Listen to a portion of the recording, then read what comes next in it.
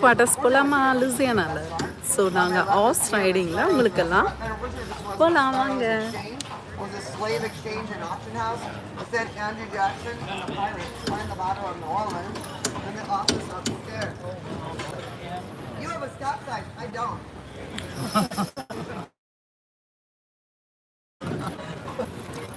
You look to the right.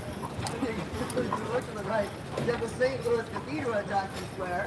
It was built in 1794. It's on the site of two earlier churches. The first church there blew down in a hurricane in 1723.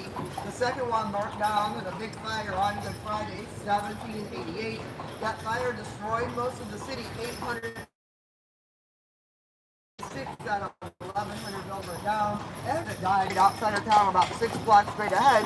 So they have our cemetery, which is in front of us, is where you'll find St. Louis Cemetery number 1, and that's the oldest cemetery in New Orleans. And it began outside of town as a mass grave site. On my left is our Supreme Court building in Louisiana. And that was built making of money, so they made the bottom floors marble. The top's glazed here. I thought it was just as pretty, but a whole lot cheaper. There was a state courthouse into the 50s, the Wildlife and Fisheries Museum in the 70s, Hollywood Supreme Court building of our state. We are one of the few states in the nation that have a Supreme Court outside of its capital city. Maine and California are the other two, and it fronts here on Royal Street. Our main shopping area is closed to traffic from 11 till 7 on the weekends. You can walk and shop and generally listen to music like we have our one-man band. Right. Yep. I'm going to stay back here for a minute because I need some clearance. No, you're good. We have some clearance. We have a speed bump that is a terrorist prevention device, so we can get stuck on it if we don't have a speed.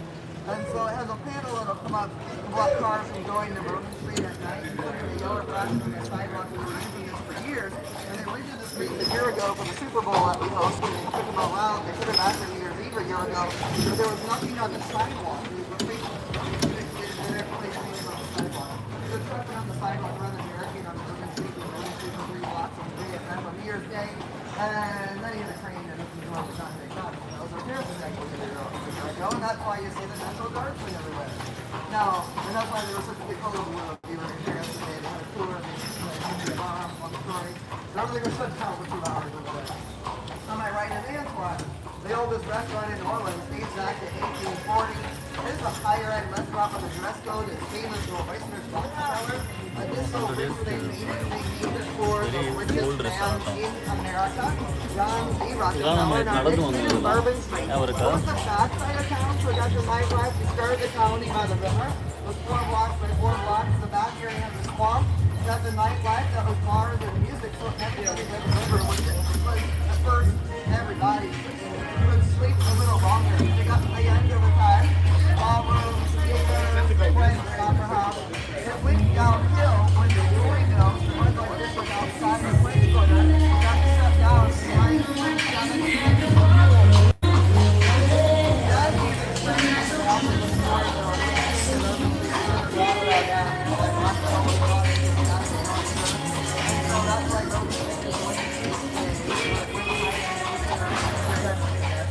Now they have a wide section of Bourbon Street on the left, because there used to be an opera house on the left. The French opera house would have been like a country. It was built in 1859, made of granite, which is a sign of wealth. It went out of business after the Civil War, burned down in the 1940s. The hotel on the left was built in the 1960s. They left the street wide, where ladies rode in their carriages to go being back front door.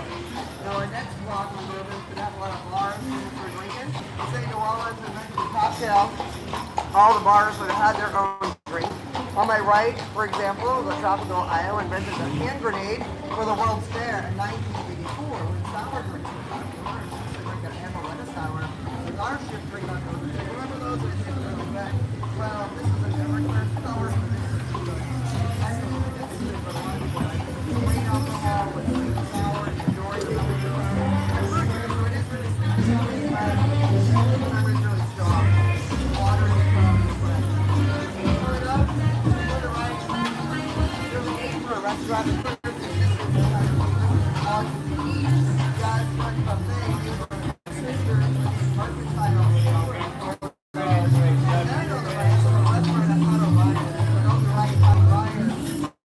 Was the home, the home,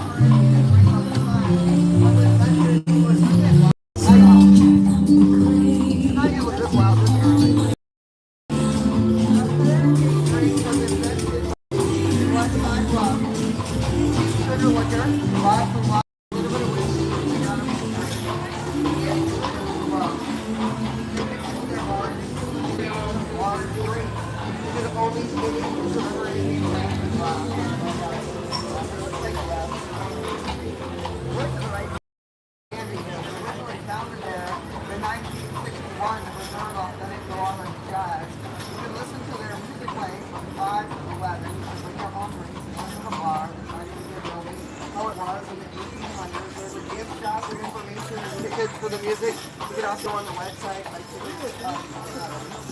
this back area is a lot quieter. We start off as small residential today, a lot of private homes, apartments, condos. In general, the early kind of buildings were little cottages made of brick with these two on the right called a trail cottage. So we're big from a little, mostly one-story square shape with the roof facing the street. Inside was an open floor plan of 4 to 6 rooms in the square shape. Your taller buildings were merchants to see the river, see when the boats filled with goods were coming in town. They're shaded with balconies, 3 to 4 feet wide, or galleries on the right. They come to the curb and have a pole to the ground. They keep the sun out your doors and windows, so your house is cooler in the summertime. Put it there.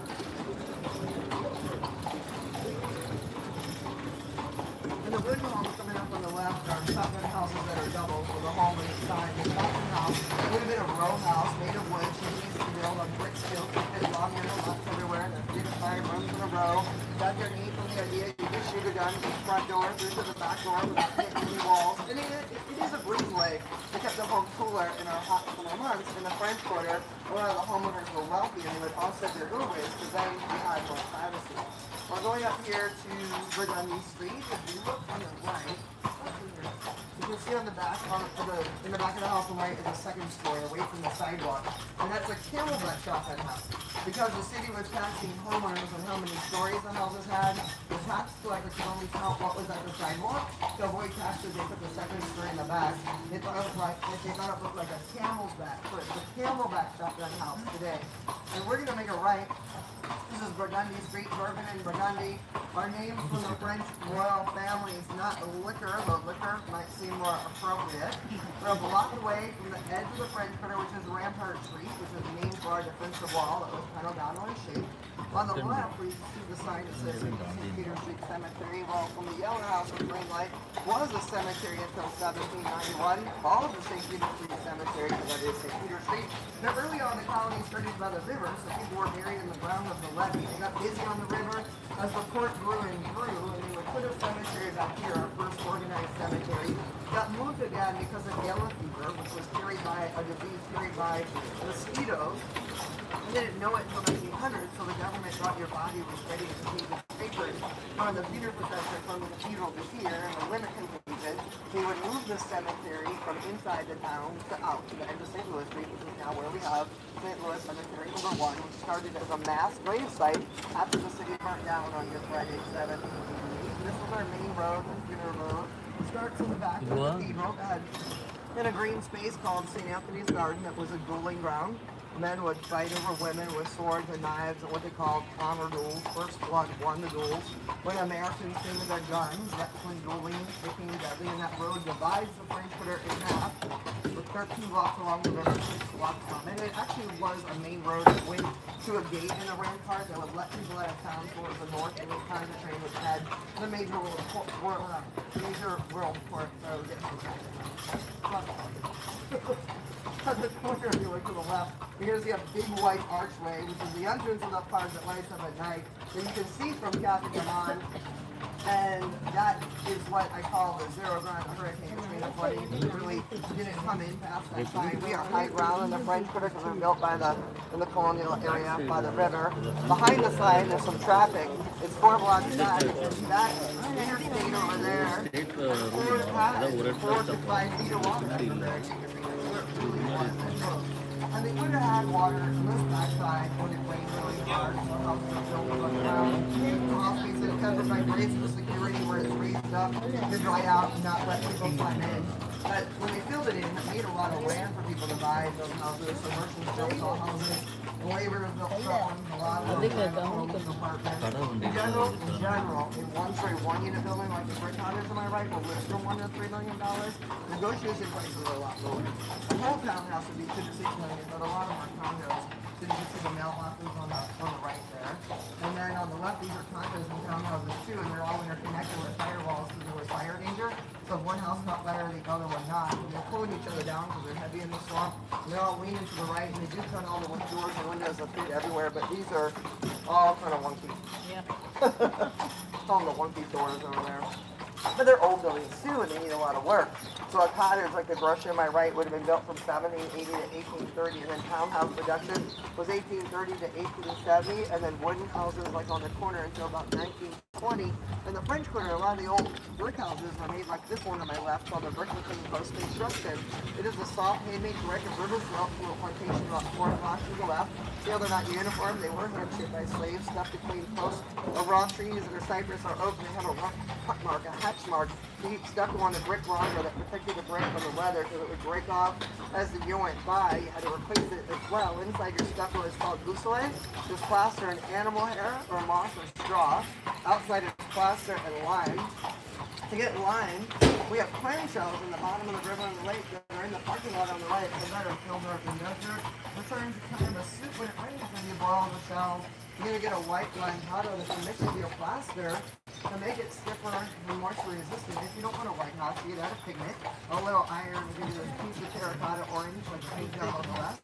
Copper will give you a cool yellow like this house on the left, or a green gray like the shutters is verdigris, the color that copper can change into after being in the air. And you can see verdigris sometimes on the drains. Your drains gutters flashing and root canals are made of copper, and because they're copper, people steal them a lot. Some verdigris on the bottom of that drain. And we had Hurricane Ida 4.5 years ago, and it took off pretty much the roofs, the drains, the gutters, the eaves across the street.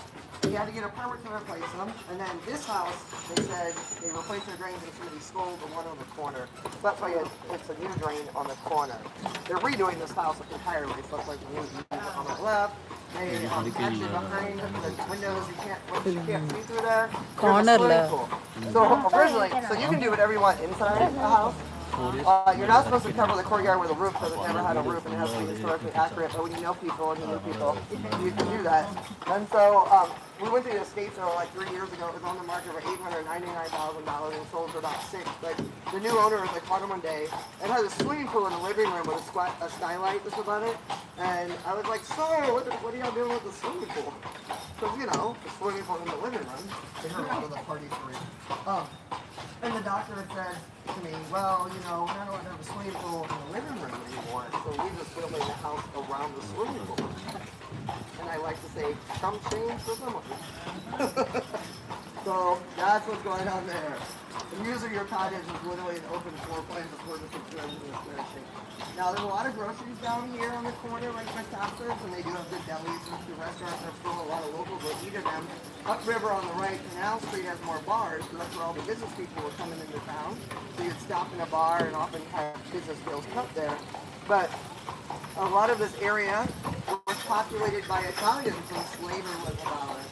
The different cultures came in more or less. And this area was populated by Sicilians mostly, and they called it Little Italy or Little Palermo.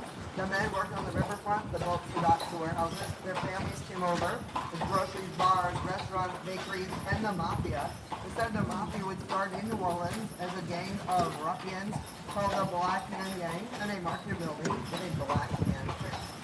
And so, I don't know if they're still going to be up.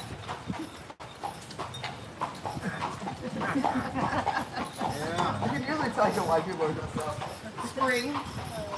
But we celebrated St. Joseph's Day on the 19th, and he rescued the Sicilians from a famine, so then they have an altar of food that gets blessed and then essentially distributed to the poor, including a feast now. So they had a big block party from the neighbors on the block to the left. There you see a whole bunch of Italian flags that's live.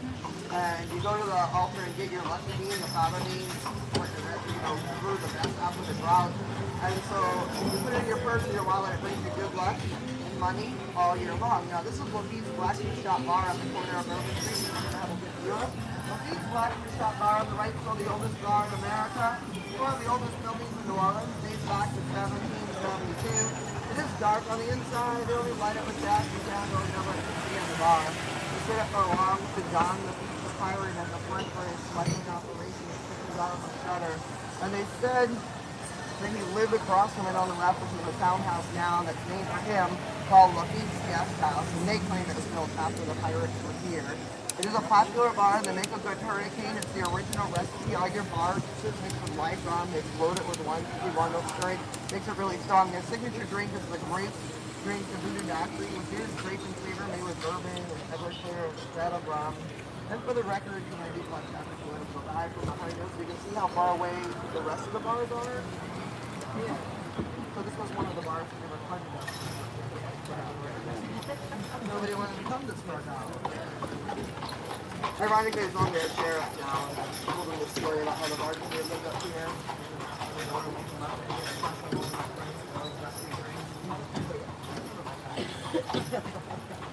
This is on my left. Used to be the end of town. Anything big, replace something big before it. Anything loud, always in the back. So on my left had been a theater in 1788. The Theatre St. Louis got replaced by a boys' school in 1830 in this building in 1932. And Elvis Presley would use this building in his movie King Creole, which took place here on Royal Street and over by Diamond Square. And I went to that school in the 80s in the 6th grade. The preservation home, family kids, the parents were our room parents. They were musicians, were our music teachers. Famous people they say that went here were Truman Capote, Richard Simmons, and Lee Harvey Oswald. I looked them up. Truman Capote, yeah, middle school, high school, all in one school, like India. I didn't look him up. Truman Capote moved away as a kid when he was in kindergarten, so we don't really have proof that he was here, but he lived in the French Quarter as a young man when he was stories. சொல்லுவாங்க explain பண்ணுவாங்க சொல்றாங்க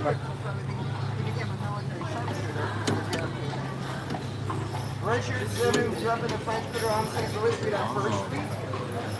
About 2 blocks past Bourbon Street. Worked in a salary shop and growing up in the French kid in the French Quarter. Like in the exercise room. And he went to Catholic school. He was one behind the cathedral. And he had a high school out in the suburbs. There's a Rick Shack and Stevie's. That's what that week came from. That's why I like to go dressed up. His outfits and you know. Wooden toys and utensils. Right here, let's see the whole spot. The yellow thing on my right is where we had a courthouse. Our first U.S. courthouse. On the judges, we built our home on the right. It's the first hotel. This is beautiful antebellum style mansion, famous from the 30s and 40s. Now it's sell for $5.3 million for the hotel park. Shut down in 2020. The next they said, let's put up the white list from Iowa. Home 6 of the cornfields of home. Husband built to that fence to make her feel better. And the design The most expensive fence in the catalog in the 1800s when they put it up. இப்போ சும்மா museum மாதிரி வச்சுருக்காங்க And yellow is, according before metal, they would use wood. You can see how it's on the right. Well, you would line wash your wood after the perimeter, but it was so hard. But then when that is on wood railings, or wood feature, like very new. Then people use rod knives. But the next option on the right is a straight bar you can bang, like the railing for decoration. It was strong, was expensive, not many people could afford it. Cast irons on my left. It was mass produced in foundries up north out of a 2-foot iron. It was poured into molds to give you different designs that you pick out of a catalog, which is kind of a novelty. You would pick a picture out of a book and it would show up on your house. So there is a lot more cast iron, and it is now painted one color. The color of a metal, black or worked iron, bronze or bronze, or light or copper. So you can see that on the right. And this block has a lot of art galleries, and we're getting close to Jackson Square, which is one of the oldest active artist colonies in the country. And the artist colony of Jackson Square began with a school in the back of the cathedral. In the 1930s, called the Art and Craft School for artists, musicians, and writers, like Tennessee Williams. The artists would sell their work outside the door at Pirate Alley and move to Jackson Square, which is the artist of Jackson Square. Art galleries, Rose City on my right is where that famous possessed doll Annabelle was located a year ago. Ironically, it's Masquerade on the right is a art gallery for Mardi Gras Mass with 37 different artists and vampire cafe, always with music, and a vampire tea, and you're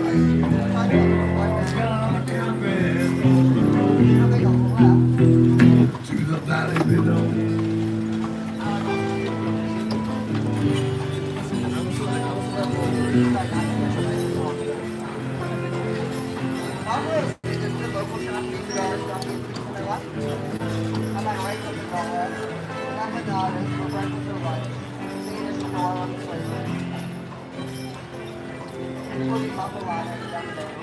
On my left, the Bhuvana Balaji Hotel, beside of our Fort Louisiana. $20 now. But they went to Europe for a global education. Like, I don't know where it is. Like a virtual lifetime.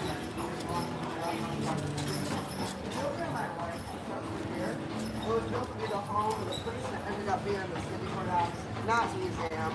Marty got history upstairs, Marty and Katrina history downstairs. Photos, videos, maps on displays. Artifacts they found up in this one, including that domino, David Ryan piano. More than this bowl. Up ahead, you see guys square. Musicians and performers. Without all of this, yeah.